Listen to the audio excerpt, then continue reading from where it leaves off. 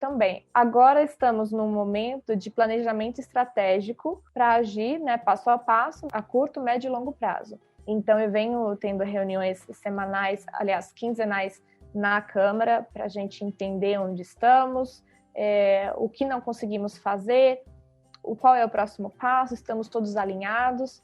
Então, a gente está bem...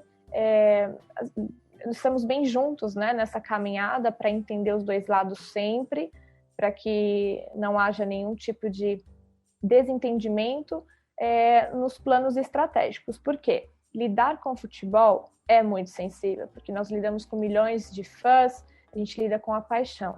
Só que, ao mesmo tempo, a gente tem que visar o bem do clube e entender também o que temos na mão, né? O São Paulo é uma nave, São Paulo Futebol Clube é uma nave.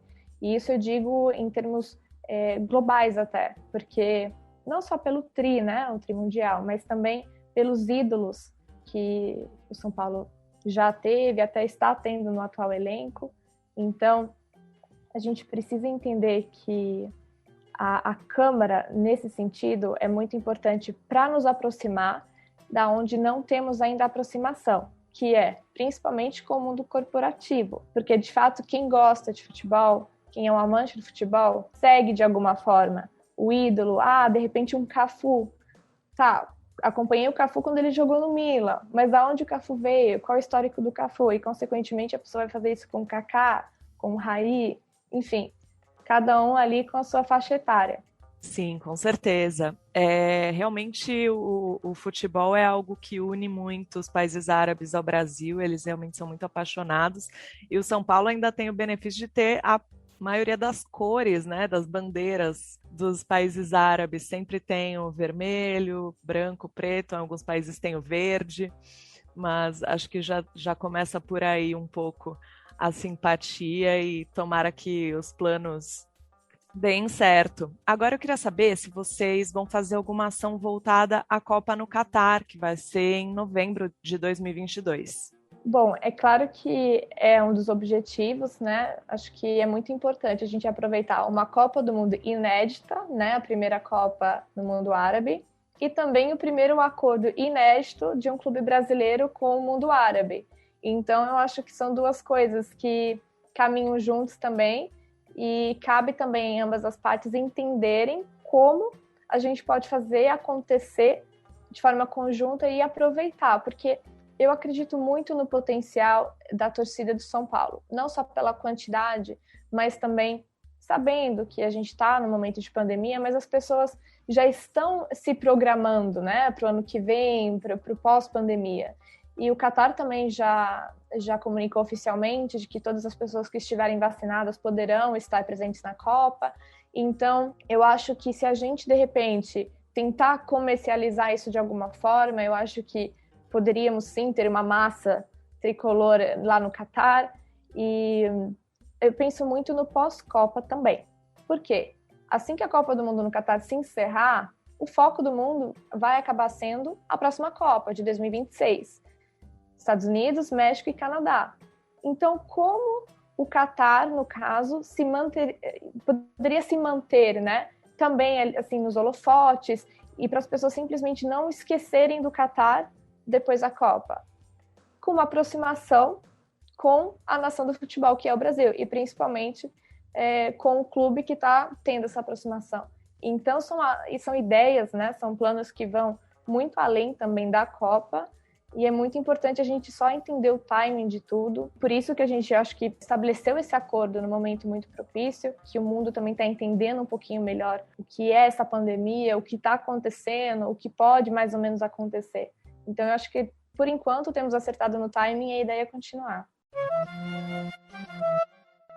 No dia da assinatura do acordo, eu não me lembro agora se foi o diretor de marketing ou o presidente do clube que mencionou também que vocês iriam fazer algumas ações no estádio do Morumbi para as pessoas assistirem, né? Para os são paulinos assistirem a Copa do Catar lá, alguma coisa assim também, não? Dependendo de como o momento estiver, é claro que daria para oportunizar isso. É muito difícil dizer agora, porque a gente não sabe ainda, por ser também uma Copa que não será no período normal, né, digamos assim, no meio do ano, período de junho, é uma Copa que iniciará em novembro para dezembro, cabe muito a ver, né, porque é um momento também que a temporada do futebol brasileiro está se encerrando, geralmente se encerra ali na primeira, segunda semana de dezembro, a Série B um pouquinho antes, então depende muito, claro, do calendário, acabou bagunçando tudo no sentido de acumular campeonatos, enfim, a gente não tem mais aquele cronograma tão nítido como antes, mas é claro que, dependendo de como as coisas andarem,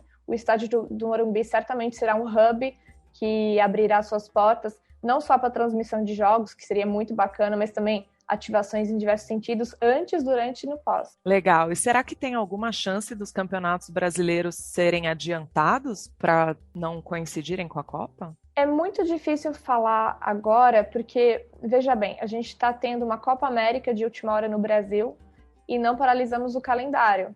Ao mesmo tempo que estamos tendo uma Euro, que era para ser também o ano passado, e a Eurocopa conseguiu coincidir, claro, porque os campeonatos europeus se encerram em maio, então acabou dando muito certo. A Europa está parada focando na Eurocopa. O Brasil não está parado focando na Copa América.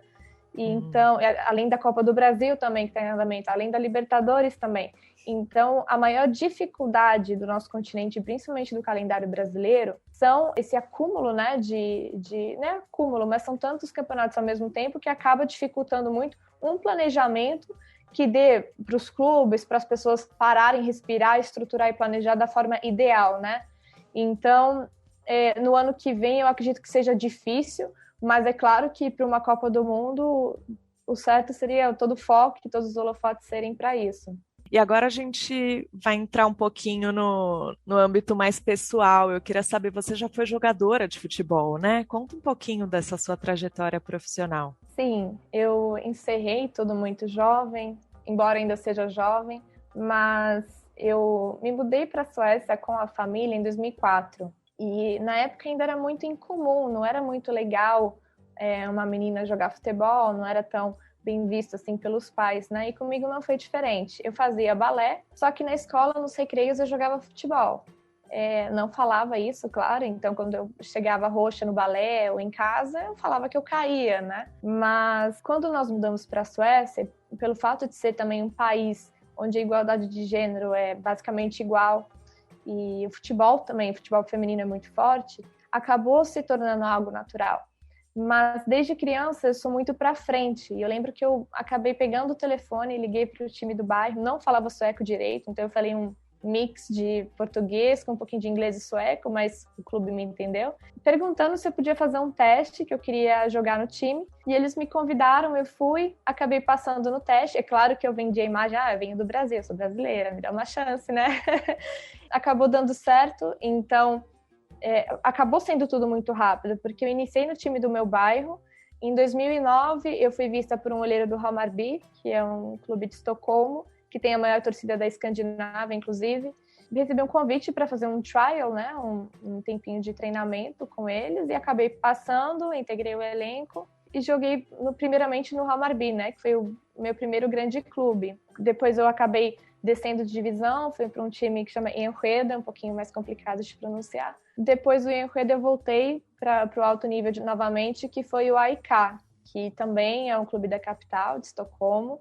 É um clube que eu tenho um carinho também muito grande, uma torcida incrível. E acabei encerrando a carreira, né, muito jovem, tinha recém completado 18 anos, mas foi por questão de lesões muito sérias no joelho. Então eu não voltei no mesmo nível técnico, no mesmo nível físico. Eu tive muita dificuldade por ser uma lesão muito difícil. Que demais, linda trajetória. E realmente, a Suécia é um país que tem muito mais igualdade, né, de gênero do que o Brasil e tem essa cultura do futebol feminino também muito forte, né? Muito. É interessante porque eu lembro que quando eu ainda jogava futebol, quando ainda assim era da base, para fazer a transição ali para os júniores, nós jogávamos amistosos com a equipe masculina. Então, por exemplo, a categoria 9-4 joga contra a categoria 9-4 masculina. De repente, ali no finalzinho do treino, enfim. Então, isso é claro que aumenta, né, o desafio para a mulherada para acompanhar, mas eles faziam isso porque eles entendiam que o nível do feminino também não era tão baixo. E de fato não é à toa que nós vemos também a seleção feminina sueca performando sempre num nível bem bacana. Eu vejo uma melhora muito grande no futebol sueco com os anos e evolui muito rápido para todas as idades. A estrutura é incrível para as meninas, principalmente. É a mesma coisa que para o masculino. Então, é inspirador, é bem legal. Só falta a igualdade salarial agora, né, Camila? Então, na Suécia, o que é interessante é o seguinte: existe um salário mínimo. Então, por exemplo, o salário mínimo lá é entre 18 a 20 mil coroas. Acredito que seja em torno de uns 7 mil reais, por aí. Então, pensa que esse é o salário mínimo. É de acordo com o custo de vida lá, que também é alto. Mas você tem, assim, esse respaldo, né, de receber um salário que você vai conseguir se sustentar. Agora, é claro que dependendo do clube que você também esteja sob contrato, o teu salário pode melhorar, as ações de marketing lá são fortes. Hoje, os clubes europeus, os grandes, né, o City principalmente, o Real Madrid feminino, são clubes que, a Juventus também, são clubes que estão de olho na mulherada do futebol sueco. Então, hoje, essas transferências das mulheres no continente europeu, elas são muito normais. Então, é muito comum uma mulher que se destaca ali no futebol sueco e vai para um PSG, e vai para um Chelsea, diferente daqui, que é bem mais difícil, né? Mas essa questão salarial também se amplia muito para a questão da seleção, porque as mulheres lá recebem também, claro, né? Igual aqui no Brasil foi estabelecido também essa questão das mulheres receberem o mesmo valor, né, quando é convocado para a seleção. Então, eu acho que aqui no Brasil, pouco a pouco, estamos progredindo, enquanto lá já é uma realidade que muitas ainda por aqui sonham.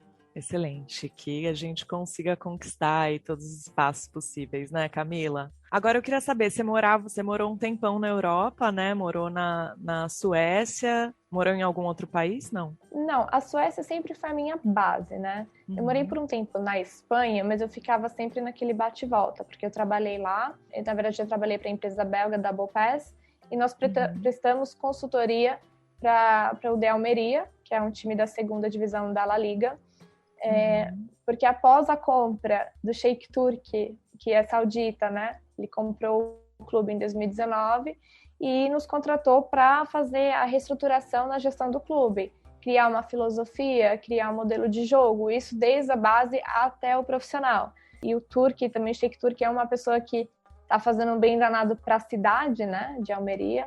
Então eu fiquei nesse bate-volta, né, entre Espanha e Estocolmo, no sul da Espanha. Foi maravilhoso, embora eu sempre tive a minha base na Suécia também, eu sempre fiz questão de viajar pelo mundo e sempre estar me atualizando no mundo do futebol em continentes diferentes. Tive no Catar também em 2018, durante um mês. Enfim, Tunísia, Egito, alguns países aí que fazem inclusive parte aí da Câmara, né, da Câmara Árabe. Sim, maravilhoso.